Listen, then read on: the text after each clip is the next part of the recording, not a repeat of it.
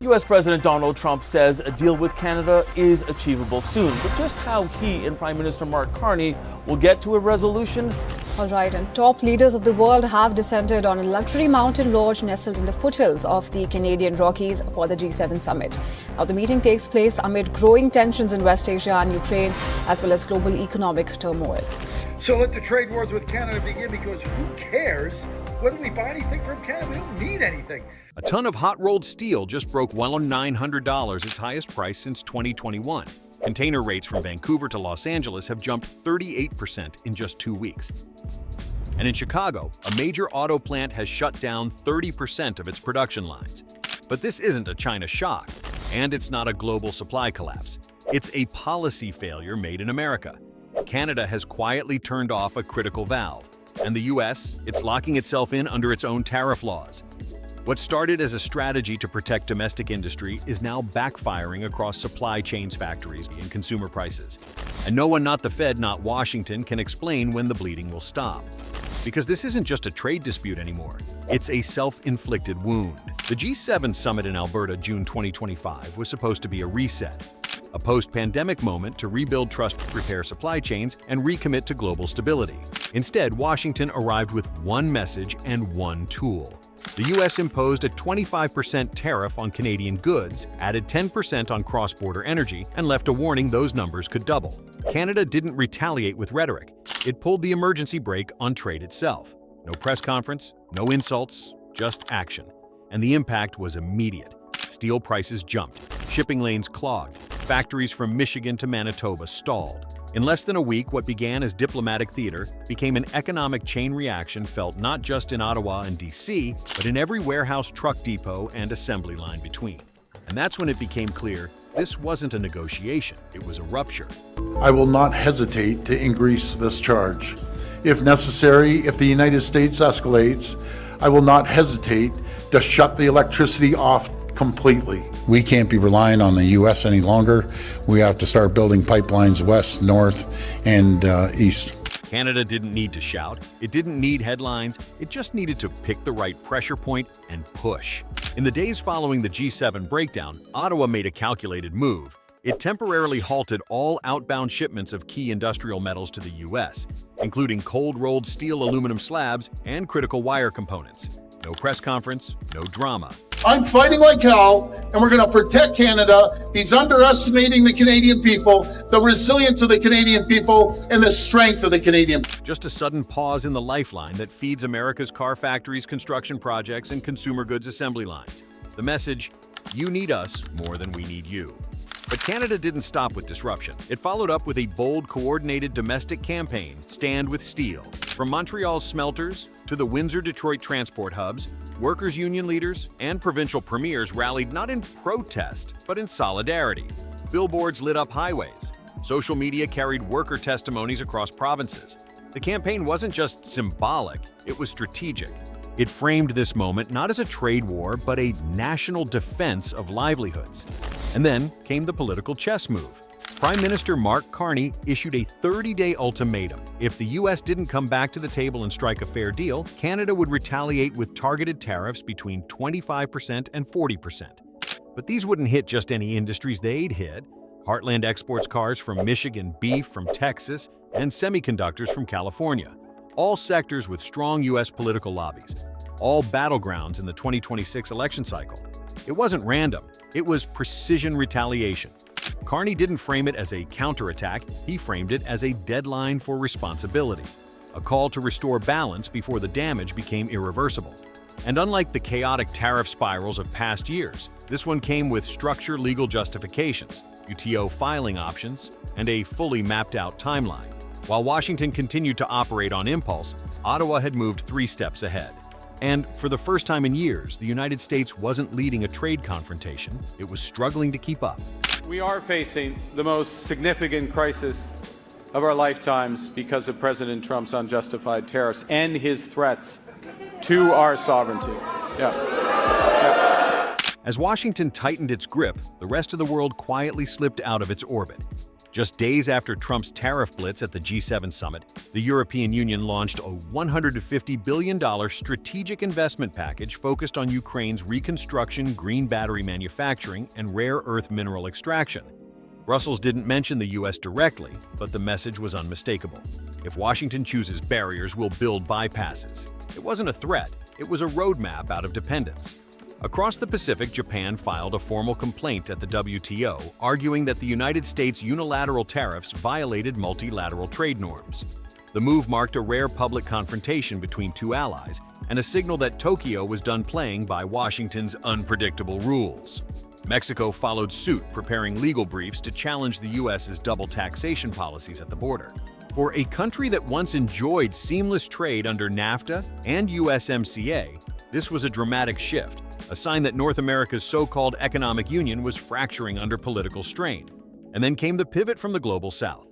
India and Indonesia, two of the world's most populous economies, began exploratory talks with Canada and the EU to build alternative supply chains, especially in electronics, agricultural inputs, and defense components. They weren't rejecting the US, they were diversifying from it. And that shift may prove more permanent than any tariff. Together, these moves didn't spell the end of the G7, but they did signal the end of Washington's gravitational pull. The alliance didn't collapse, but the center of power began to drift. And while Trump's team doubled down on economic force, the rest of the world quietly rewrote the rules. As the tariff war spilled across borders, America's deepest rupture wasn't at sea or in Congress, it was at home. In early July 2025, U.S. Immigration and Customs Enforcement (IC) launched Operation Safe Haven in Chicago, a high-profile immigration sweep that made headlines and headlines alone. Hundreds of undocumented workers were detained overnight, many of whom had quietly formed the backbone of America's food processing, restaurant, and logistics sectors. In one weekend, supply chains lost thousands of hands, and the shock was immediate. Within 72 hours, local farm co-ops in Illinois and Indiana reported produce left unharvested. Warehouse managers in Kansas City logged massive delays in order fulfillment. Major restaurant chains across the Midwest cut operating hours by up to 40% due to kitchen labor shortages. But this wasn't just about lost manpower, it was about compounding fragility. America's domestic supply system, already strained by rising tariffs and erratic pricing, now faced a crisis of capacity. As goods piled up and services slowed, prices began to rise fast. Canned food, fresh produce, and prepared meals all saw double-digit price jumps by mid-July. Analysts initially pointed to global inflation, but the truth was blunter, the United States had triggered a self-inflicted shortage. And just as consumers began feeling the sting, another blow landed from the Fed. In its July 15th policy update, the Federal Reserve refused to cut interest rates despite calls from business groups and economic analysts to ease borrowing conditions. The reason: inflation, but not the traditional kind. Chair Jerome Powell issued a rare dual warning. We are now seeing inflationary pressure from supply constraints rooted in both trade policy and labor disruption. These are non-cyclical, they're structural. Translation: the government had boxed itself in tariffs on one side, labor crackdowns on the other, with no room for monetary relief. The financial world responded immediately. Moody's and Fitch, two of the top global ratings agencies, slashed U.S. GDP growth projections for 2025 from 2.2% down to 1.5%, citing policy volatility, weakened consumer confidence, and an unpredictable investment environment. For the first time since the pandemic recovery, Wall Street and Main Street were aligned not in optimism, but in concern. And so while President Trump declared economic strength from the G7 podium, the American interior told another story. Factories without workers, shelves without goods, prices without control. The U.S. wasn't being sabotaged by a foreign adversary.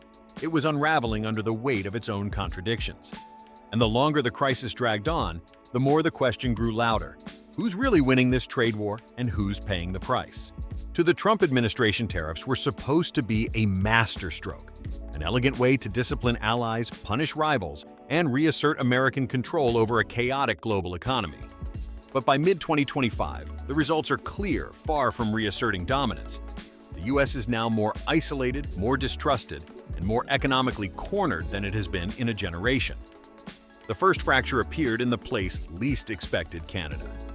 Long viewed as a polite junior partner, Canada flipped the script. Instead of responding with outrage, it responded with organization. It didn't escalate rhetorically, it escalated structurally. Mark Carney's calm defiance. His strategic use of deadlines and targeted retaliation positioned Canada not as a victim of American policy, but as a regional stabilizer. Ottawa isn't trying to dominate headlines. It's dominating supply routes, but the deeper damage is unfolding across the Atlantic. Europe, once Washington's indispensable partner, is no longer waiting for clarity from D.C. In June 2025, the EU finalized a $150 billion economic sovereignty package doubling down on energy independence, raw material access, and defense integration. French and German officials have stopped using phrases like transatlantic cooperation and now speak of strategic decoupling. The US didn't lose Europe overnight. It pushed it away one tariff at a time. The irony is staggering. Tariffs were meant to create leverage, but by slapping duties on everything from Canadian aluminum to European EVs, Washington diluted its influence across every major alliance. Instead of gaining control of supply chains, it lost them. Instead of forcing allies to follow it, gave them every reason to build without it. From food security partnerships with India to rare earth deals between Indonesia and the EU, the world isn't collapsing without America. It's adapting without it. And here's the strategic tragedy. While Trump believed he was locking in strength, he was quietly eroding the very foundations of U.S. global leadership trust, consistency, and shared prosperity. In trying to become the global enforcer, America has become the global question mark. The more unilateral Washington becomes, the more multilateral the rest of the world grows. So what's left of America's leverage? Fewer friends, fragile supply chains, and a trade war that's beginning to look like economic retreat disguised as power projection. The G7 didn't collapse, but the fault lines are now undeniable. Behind the handshakes and summit photos, a quiet realignment is underway. And the loudest signal. It didn't come from speeches or sanctions. It came from steel. Canada didn't need to shout. It didn't need to storm out of meetings or stage dramatic ultimatums. All it did was pull one lever, hold back the flow of raw materials, and suddenly the U.S. economy started gasping. Auto plants stalled, shipping costs spiked, markets panicked.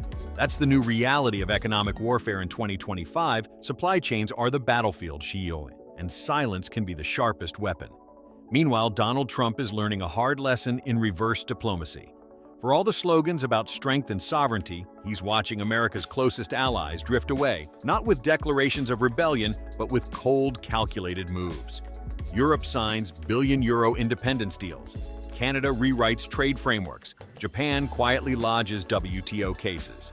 And Mexico, even it is preparing a legal front.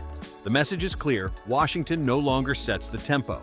It just echoes after the beat. In a world where goods move faster than governments, political isolation becomes economic vulnerability. And for the first time in decades, America's control over its alliances is no longer measured in treaties, but in truckloads of aluminum and barrels of trust. What do you think? Has the U.S. lost its grip on global trade? Or is this just a tactical retreat before a new strategy emerges? Drop your thoughts in the comments, because the next supply cut might not come with a warning. And don't forget to like, share, and subscribe if you want more deep dives into the trade wars shaping our future. This isn't just about tariffs, it's about power trust and who gets to write the rules next.